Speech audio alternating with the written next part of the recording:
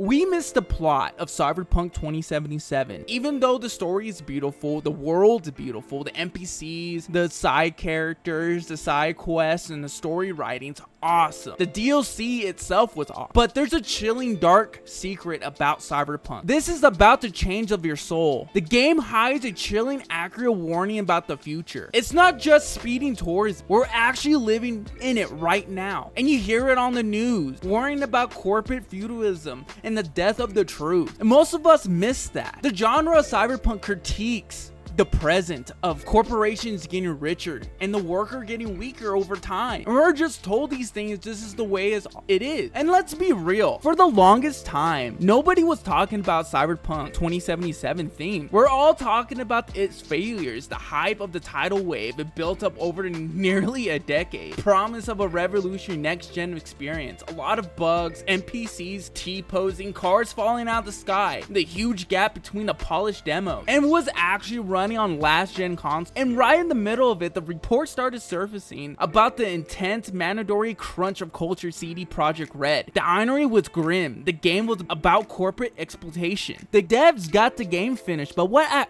what cost? With these mandatory crunch times, it really felt the game's deepest message was its creation itself and how fast they put out the game. It wasn't ready. Now the redemption arc has been impressive though. Countless patches, fantastic Phantom Liberty expansion. CD Projekt Red got the game in the place to its closer original version. But most accounts, the game was excellent now. But because of its awful launch, we got so caught up in the surface level stuff, the gameplay, the graphics, and the quest. We celebrated the fact the game was it works now. But we kind of forgot what the game really talks about and actually says. We treated Night City like a theme park. We rode the rides, all at the spectacles, marveled at the design, but we didn't stop and read the little plaques explaining what we're actually looking at. We heard the roar of the city, but we missed the subtext humming underneath it all. It's time to look past the performance, the updates, and see the game for what it actually deeply, uncomfortably reflect on our own world. What if the most dangerous thing in Night City isn't a cyber psycho? It's an idea that corporations are more powerful than countries. This isn't a fantasy Star Wars type. This is the core of the game. Let's call it corporate feudalism. In the old world, a lord owned the land. The peasants who worked on his property, in return for your labor, loyalty, you got a place to live.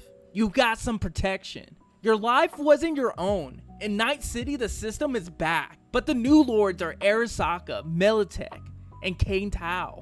The Corpo lifestyle shows this perfectly. As a high-flying agent for Arasaka, you have power, you have luxury, you have access to the best tech. But when your boss's eyes, you're liable, you lose that in an instant. You're not an employee, you're just an asset. Arasaka, Militech are private corporations with their own armies that sell weapons, soldiers, and security to the highest bidder. They operate like sovereign states. We have these companies in real life, like Lockheed Martin, Northrop Grumman, and massive defense contractors that design and built advanced military technologies for governments. Private military contractors like Acme or Blackwater have provided security and logistical support in conflict zones. Even influential, these companies don't even have their own sovereign territory or override national laws like Arasaka does. They're contractors to governments, not replacements for them.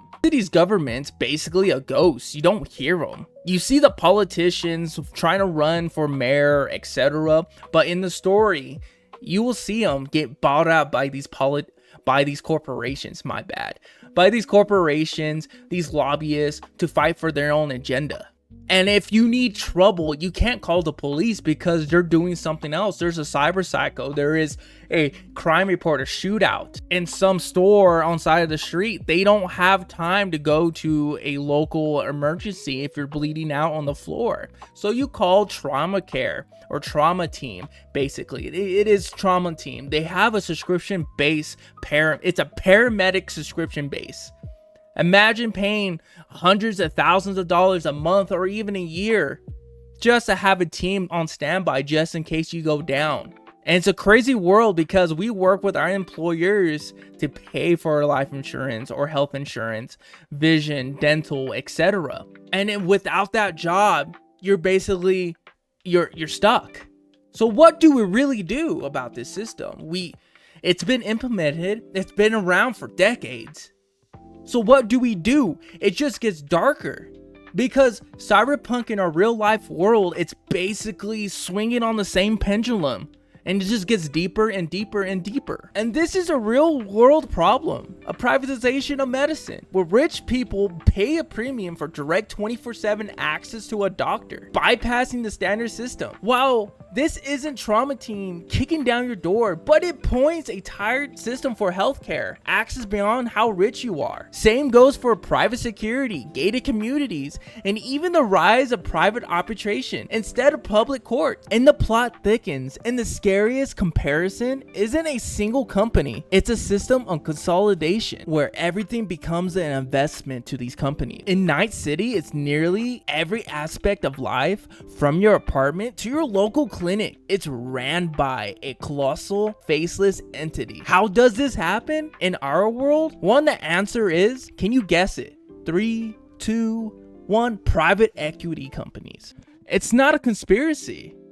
Private equity companies sit there and pull their money and buy out other businesses, other mom and pop shops, build them up a couple years, destroying the product, destroying the work culture, taking on debt, changing up management. That's why you see some companies with their turnout rate is insane, almost 80%. Most of these business owners now are trying to be a celebrity CEO, build it up for a couple years and sell it to a VC and wash their hands and repeat it, destroying the worker, destroying the economy in a way, and it's making life of quality horrible. In Cyberpunk, you will see the game's world building. There's a very few small independent businesses, but massive brands like All Foods or countless food stands supplied by giants of biotechna. The economy has been rolled up by a few players, big ones, and this is happening in our world in places that you didn't even know about. The consolidation of pet care, over 30% of general vet practices and over 75% of special and emergency vet are owned by corporations now, backed by private equity. The Federal Trade Commission has even stepped in, citing concerns about this consolidation. But wait, there is more. The FTC said this can even lead to higher prices and lower quality of care as the focus of maxing revenue. Some vets even report pressure to upsell clients on expensive procedures to meet corporate targets. That's insane. These corporations are in vet clinics, they're also in hospitals, they're also in the housing, they're basically everywhere, lowering the product like I said before. And you're taking your animal, your pet, your freaking dog to one of these clinics, and you're just getting upsold. Oh, they need a treatment that they don't even need, costing way more. And the only way you can actually deal with something is either putting your animal down. And that's insane. That's very scary. And that's what I'm talking about. With these corporations, Cyberpunk is actually over there telling you in front of your face. And it's one of the greatest games out there. One of the best storytelling, one of the best character design. There's so many things you can do in this game, and people are still finding a lot of things about it to this day. Other people also argue that investment capital also brings new equipment, and older vets can retire, ensuring their practices continue. It can also lead for more efficient operations, standardizing protocols that might improve care. The point I'm trying to address, from the doctors that we see, from where we take our pets, where we take our children, the houses that we live in, are treated less like a service and more like assets in a portfolio. And the question I'm trying to ask, who benefits from the efficiency? Who carries the cost? For characters of Jackie Wells, the dream isn't just be a legend, it's to have a penthouse, to escape the insecurities of the streets. That dream of a stable home feels more and more like a luxury in our world too.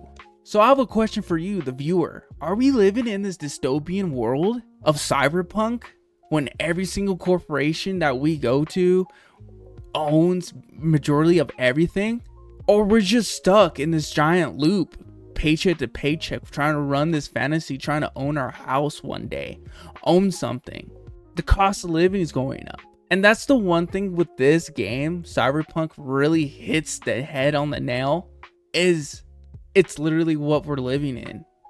And a lot of people don't want to admit that, of society, that so many things are so controlled. But at the end of the day, we have to make do. I don't want to be a gloomer. I don't want to put people in a bad headspace. It's just a fantasy. It's just a game, right? It's something to think about. But we can't let these corporations that keep running and having these monopolies and stuff and buying up different mom and pop shops and acting like they're a whole different separate company, which they're not. Some loophole. I thought we got rid of the monopolies and back in the day before I was born. But anyways, I hope you guys enjoyed this video. I hope you learned something, you took something from this video, and pass it on to anybody else you think it might be interesting too. I want to hear you guys' discussions in the comment section, bringing it up. Maybe we are living in some type of form of dystopian era society in a way, with all these foreign wars, all this stuff and hooplas is going around. And this is only part 1 out of my part 4 series about what Cyberpunk actually has a hidden secret too. And I catch you guys on the flip side. Peace.